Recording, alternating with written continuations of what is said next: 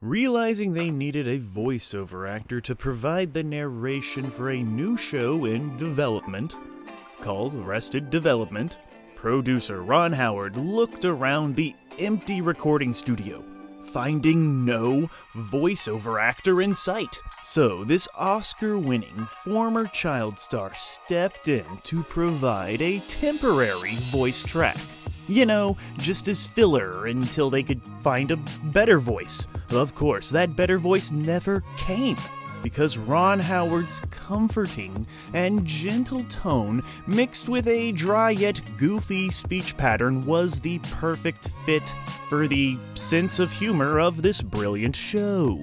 But this was not the only time Ron Howard stepped up and became an unexpected perfect fit. He's been doing that all of his life. From being in front of the camera in classic television shows, and behind the camera for a hefty handful of wonderful motion pictures, and more. Whenever I watch a Ron Howard picture, I always play a little game. I like to call this game Spot the Clint Howard, as Ronnie Boy has given cameo appearances to his troubled yet beloved brother Clint in nearly every film he's ever made. So, can you spot the Clint Howard?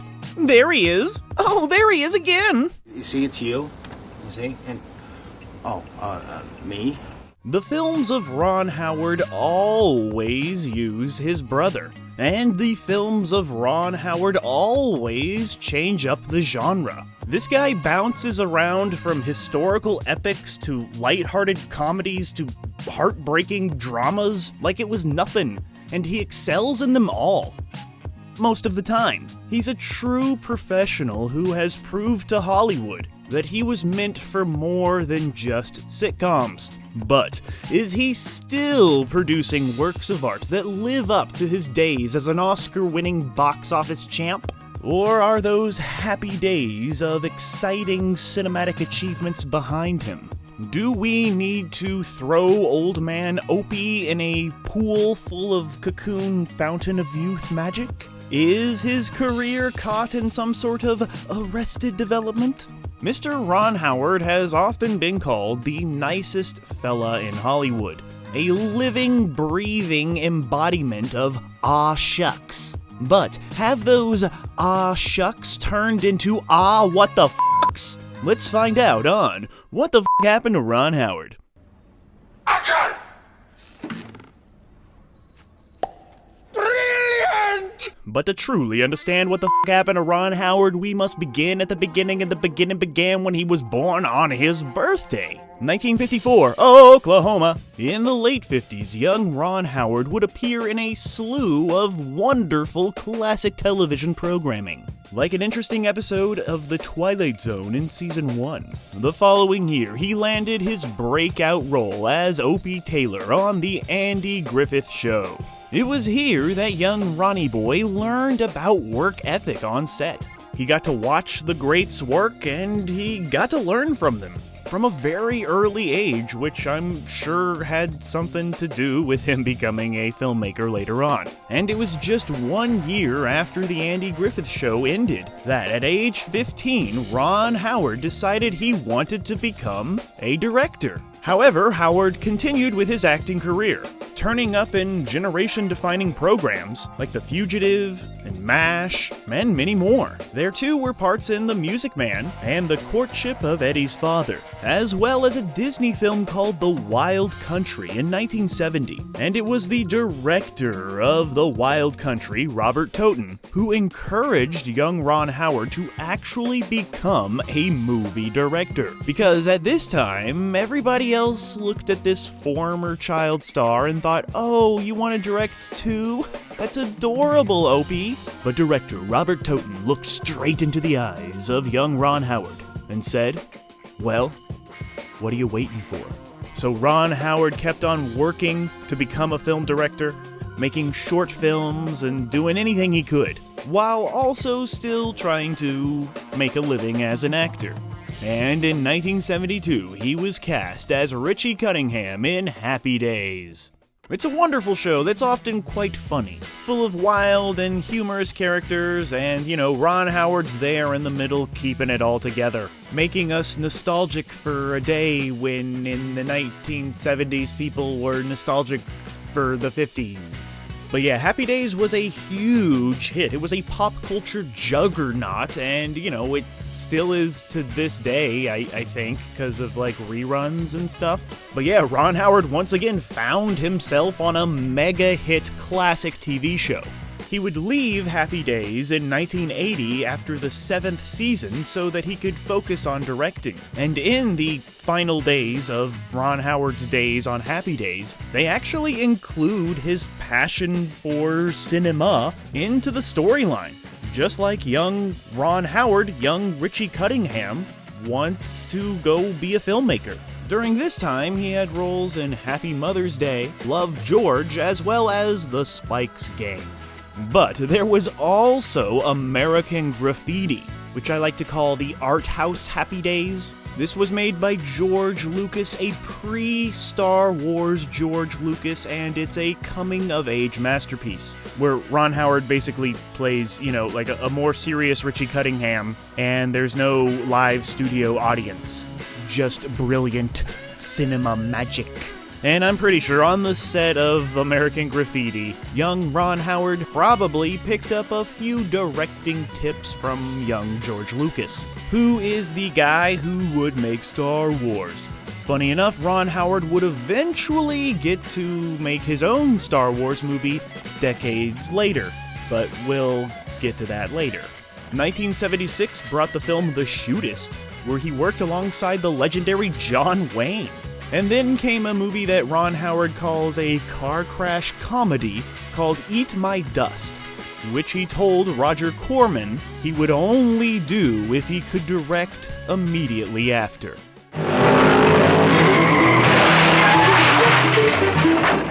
And in 1977 he did, leading to the film Grand Theft Auto, another car crash comedy, and started filming the day after Ron Howard turned 23 years old. He co-wrote Grand Theft Auto with his dad, and even cast himself in the lead, because Roger Corman told him to, considering it was produced by Roger Corman, who helped launch the careers of people like Coppola and Scorsese and Jack Nicholson, It was a promising job. And this film, Grand Theft Auto, has absolutely nothing to do with the video game. Yet.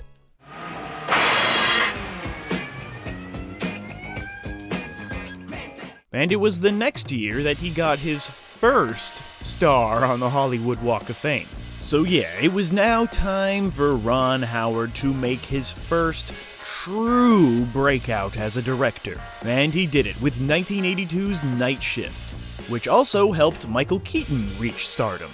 But it was 1984's mermaid love story Splash that swam to the top of the box office, opening at number 1, grossing $62.6 million, and showed everybody in Hollywood who was watching that Ron Howard was a competent filmmaker, at least when it came to mermaids. In 1985, Ron Howard earned a surprise DGA nomination for the film Cocoon, which isn't f***ing available anywhere. WTF. Ron Howard would pick up when Robert Zemeckis was fired, and handled this film like a pro. He was praised for the tender way he told the story, which could have been very over the top. It was a wonderful demonstration of how Ron Howard had the skills to deliver accessible yet brilliant schmaltz.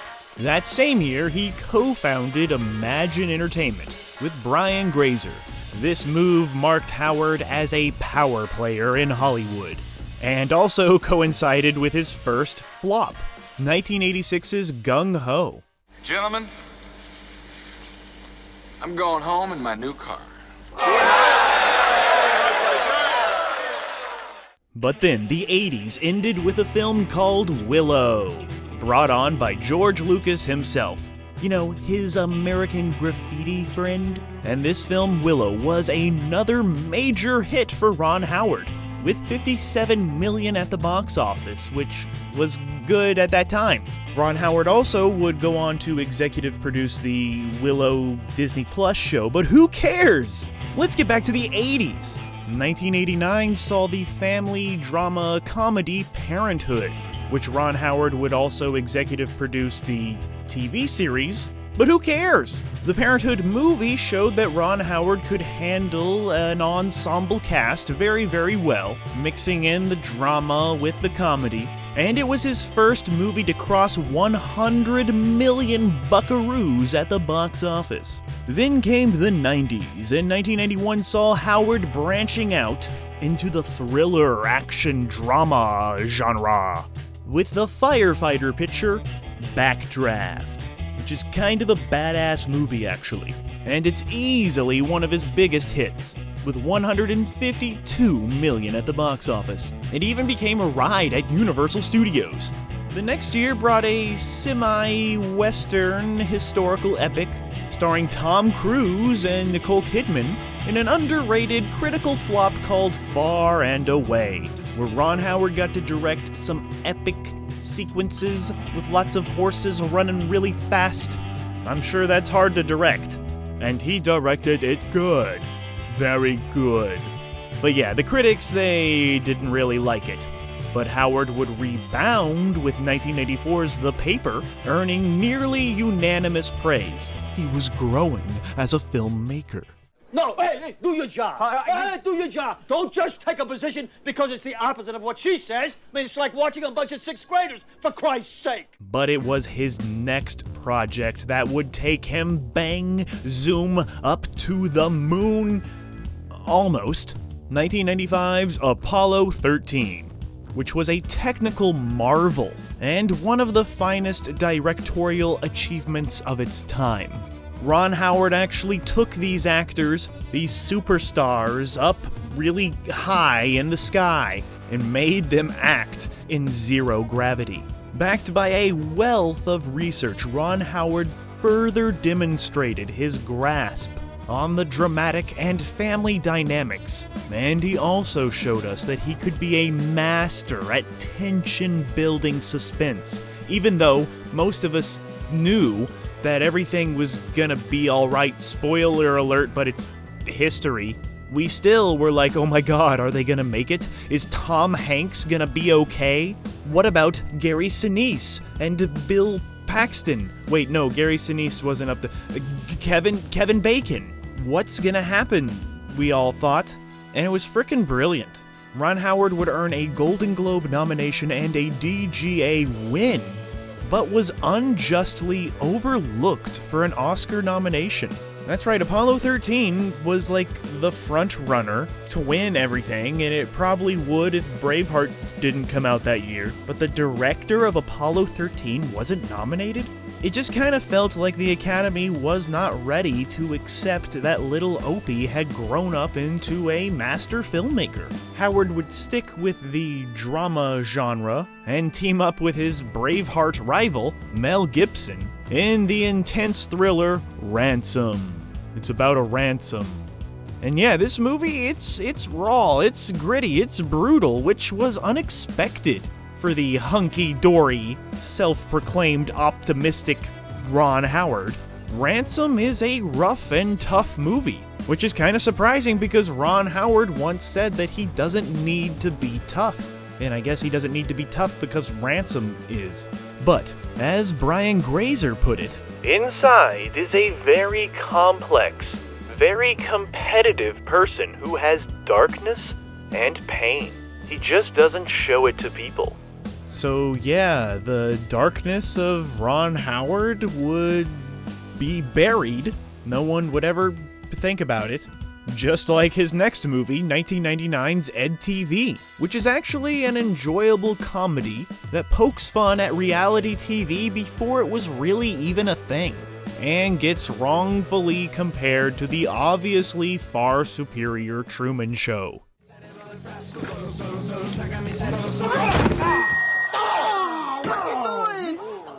So yeah, even though EdTV was kind of looked at as a mega failure, Ron Howard was still a draw as a director, as the year 2000 brought Ron Howard's best opening weekend up to that point, with How the Grinch Stole Christmas, which had a total worldwide haul of 345 million buckaroos, making it the highest grossing film of that year. And Ron Howard took on the almost impossible task of turning a Dr. Seuss classic into a live-action feature film starring Jim Carrey.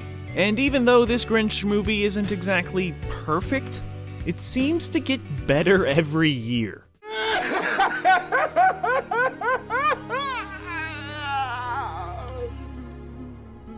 So Ron Howard got to be a little silly with his Dr. Seuss blockbuster, but it was now time for him to shift back into dramatic Oscar bait, which actually resulted in Oscar glory, when in 2001, A Beautiful Mind would take home Best Picture and Best Director for Ron Howard. A Beautiful Mind really showed that Ron Howard could be an actor's director, pulling out the best from Russell Crowe and Jennifer Connelly, who also won an Oscar. It's a heartbreaking look at mental illness that of course takes liberties with the true story, but is still considered by many to be a beautiful picture that still makes us think with our beautiful minds. Then came a heavy-handed, forgettable western called The Missing that often goes missing from our memories, even though it's like beautifully shot. But unfortunately, it was followed up by Cinderella Man, which is actually a great boxing flick, but it's also really obvious Oscar bait. Everybody could kind of tell it was just Ron Howard and Russell Crowe wanting more Oscars. And a lot of people were turned off by the title of Cinderella Man because, they pictured Russell Crowe in a dress or something, but it just wasn't living up to the Ron Howard level of greatness that we were used to at this point. Then Ron Howard decided to take on a huge responsibility and a great risk, kind of, because although his movie adaptation of The Da Vinci Code was the second highest grossing movie of that year with $760 million worldwide, it was also universally slammed by critics, and even landed Ron Howard a Worst Director Razzie nomination. It just seemed like him and Tom Hanks just weren't the right people to be making this. Not that they weren't talented, it was just like they were wrong for the job. But unfortunately, we were stuck with them for the whole f***ing franchise. For Howard, the critical slamming by the critics of the Da Vinci Code movie was quote-unquote frustrating and disappointing, since he's the, quote, type of person that likes to please everyone. He pulled this off far better with 2008's Frost's Nixon, which was pretty much an intimate two-man show that earned some of his highest praise yet. And then I guess he had to do another Da Vinci Code movie with the follow-up Angels and Demons, which was another critical flop that made money, as was 2016's Inferno, which, it's another Da Vinci Code sequel that I totally forgot even existed. It was time for Ron Howard to shift genres yet again back to straight-up comedy. Sort of, since it wasn't very funny, with the movie The Dilemma, which the director and the cast brought zero energy to. But as we know, Ron Howard always surprises us, and he would do it yet again with another masterpiece called Rush. It's a thrilling picture with exhilarating racing sequences. At first, I thought this was kind of just, gonna be a basic car race movie. At least that's what the trailers and the marketing seemed like, and at this time I was kind of, doubting Ron Howard, but he proved himself, and I think this one ended up on the IMDb top 250 at one point. This was Ron Howard just about hitting his pinnacle. Ron Howard does an excellent job at balancing the drama with the action. It's just a wonderfully made movie. So Ron Howard, he was kind of on top again. Everybody was respecting his skills, and he used that respect to make another Chris Hemsworth movie. This one was the true story that inspired Moby Dick, titled In the Heart of the Sea, in 2015, which, did alright. And that same year, he earned a rare second star on the Hollywood Walk of Fame. After helming one of the finest documentaries about a rock band ever, The Beatles 8 Days a Week in 2016, there would be a controversial decision to have Ron Howard replace directors Phil Lord and Christopher Miller on Solo, a Star Wars story. There was lots of tension behind the set, and the studio just couldn't deal with the silliness and style of Lord and Miller, so they needed someone reliable and safe. And like it or not, that's Ron Howard. And because of Rush and stuff, I actually had some hope in Solo. But it turned out to be a sloppy Star Wars flick that was actually not a smash hit, and it kind of ruined the franchise, or at least pushed it closer along down the road of horribleness. And Solo actually marks the first time that Howard kind of attacked the moviegoers themselves, blaming aggressive trolling for its performance at the box office. Who knows? What do you think? Comment your comment in the comments if you have any comments to comment. But the Ron Howard rejection would continue with 2020's Hillbilly Elegy, earning him yet another Worst Director Razzie nomination. But there's something interesting about this movie Hillbilly Elegy. Ron Howard directs Glenn Close in a performance that was nominated for an Oscar and a Razzie. So that kind of says it all right there. Make of that what you will. Does that ruin the credibility of the Oscars or the credibility of the Razzies, or does it prove that all of this is f***ing meaningless and that we're all just hillbillies and this is our elegy of foolishness and horrible greatness? But then this director would redirect himself into diving into yet another real-life drama, the kind of stories which he has proven himself to be a master at telling. This time, the true story he picked was the cave rescue of that soccer team, with the film 13 Lives, which I hear was fine. It was A-okay from what I hear, and I hear things. On the next episode of Ron Howard's life, Ron Howard finds himself playing it safe, while also trying something new at the same time. Imagine that. He'll helm his first animated feature, The Shrinking of Treehorn, and direct a documentary on Jim Henson. And his daughter, Bryce Dallas Howard, has proven herself to be a gifted and hard-working actress, and director herself. Papa Opie should be proud. You have to understand one thing about directing, that every project you get involved in ultimately is just going to find its way to breaking your heart. So yeah, Ron Howard has been accused of being, well, basic, but that's kind of who Ron Howard is. Basically basic. Basically in the best way possible. Well, I guess a better word would be he's safe in a good way, or even a better word would be he is reliable. And sometimes that's just what a film needs. A safe, reliable, confident, experienced director. And that's who Ron Howard is.